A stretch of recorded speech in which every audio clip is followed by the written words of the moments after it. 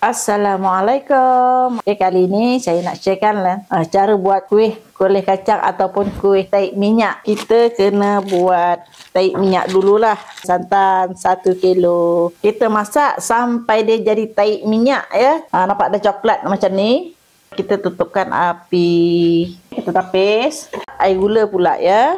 Ini 1 cawan air, daun pandan, 2 cawan gula merah, setengah cawan gula putih. Dah hancur macam ni. Kita tutup api.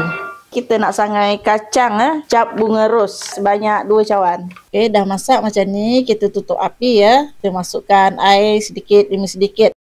Okey, kita masukkan santan sebanyak 2 cawan. Air gula yang telah kita masak tadi ya. Okey, dah siap yang ni. Kita kacau sampai dia nampak berkilat. Kita masukkan sedikit garam. Sekarang dia dah mendidih macam ni. Kita masukkan ini yang tahi minyak tadi ya. Kita tapis, kita ambil minyak dia. Ni minyak dia. Okey, macam ni. Dia dah masak ya. Nampak ni. Letuk-letuk besar.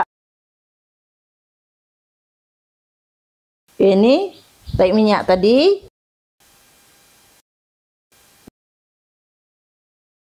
Selamat mencuba.